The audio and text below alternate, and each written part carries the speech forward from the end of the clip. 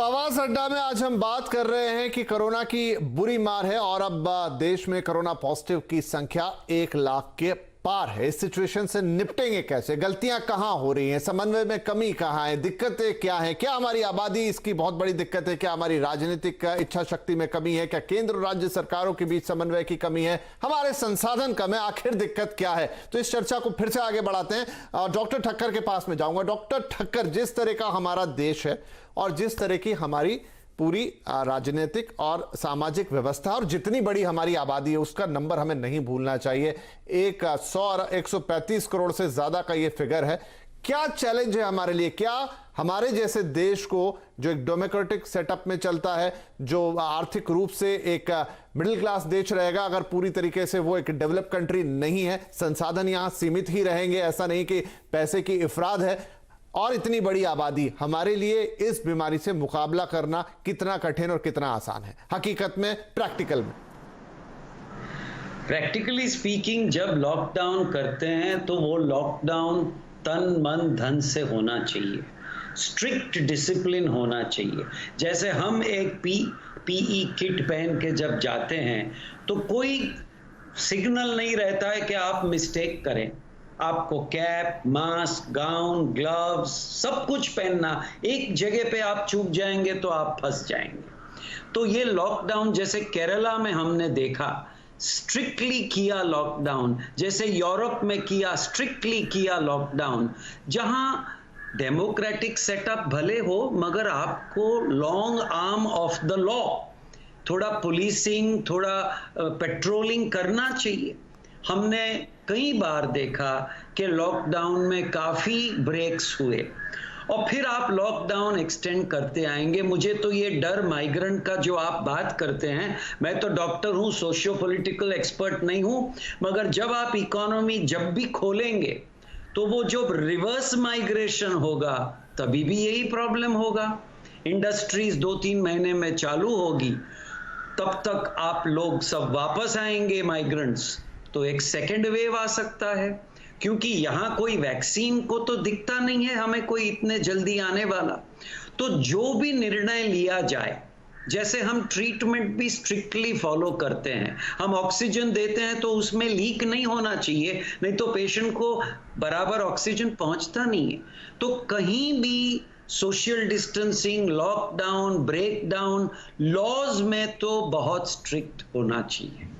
और ये strictness discipline से आती है, डिसिप्लिन एजुकेशन से आता है। ये व्हाट्सएप को तो ब्लॉक हो जाना चाहिए, क्योंकि व्हाट्सएप ही अफवाह फैलाता है, सच तो फैलाता नहीं है। हमारी बीमारी भी इतनी बड़ी बना दी कि भाई कोरोना से ज्यादा कोरोना का भय फैला दिया व्हाट्सएप ने। हाँ, कोरोना एक भयानक बीमारी है, महामारी है, मगर आपको सोच समझ के अगर आप करेंगे तो आप उससे जीत जाएंगे। 85% एसिम्प्टोमेटिक, 10% ट्रीटेबल, और हम देखते हैं मॉर्टेलिटी नहीं है। तो लोगों को भय से बचाना, भय स्प्रेड नहीं करना, और डिसिप्लिन। जब पढ़े लिखे लोग नहीं है तो डिसिप्लिन करना बहुत ज़रूरी है। हाँ, कभी समझा के, बुझा के, सुला के, रुला के, मार के, कैसे भी डिसिप्लिन करना है। हम भी स्कूल में सीखते हैं, टीचर्स जब उंगलियों पे मारते हैं तो हमारी हैंडराइटिंग अच्छी होती है जी।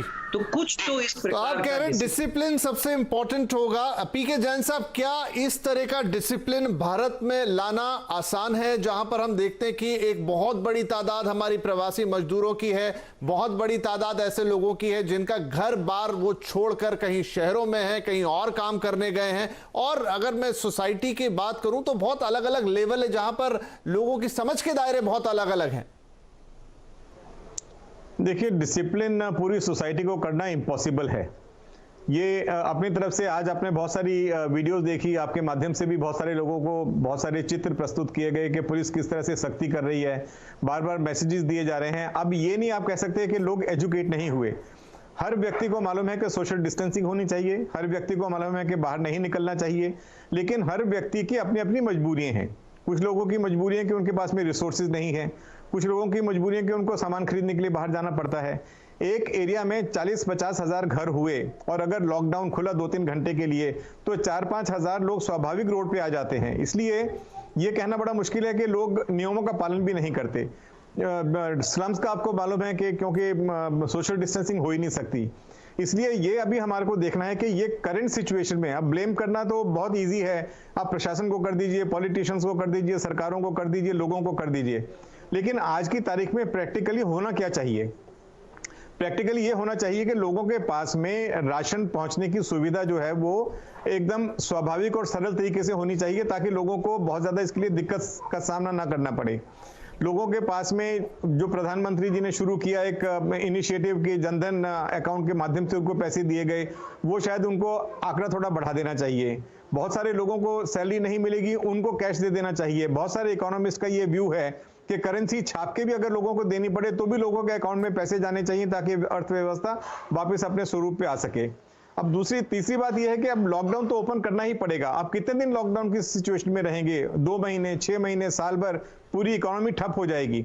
इसलिए कहीं ना कहीं ये लॉकडाउन खोलना पड़ेगा। इसके जो खमियाजे हैं, इसके जो रिजल्ट्स हैं, वो सब लोगों को भुगतने ही पड़ेंगे, क्योंकि जैसे ही आप खोलेंगे तो वो जो सोशल डिस्टेंसिंग और इतने दिन तक जो हमने कंट्रोल करके रखा वातावरण, वो एकदम उफन के फिर बाहर आएगा।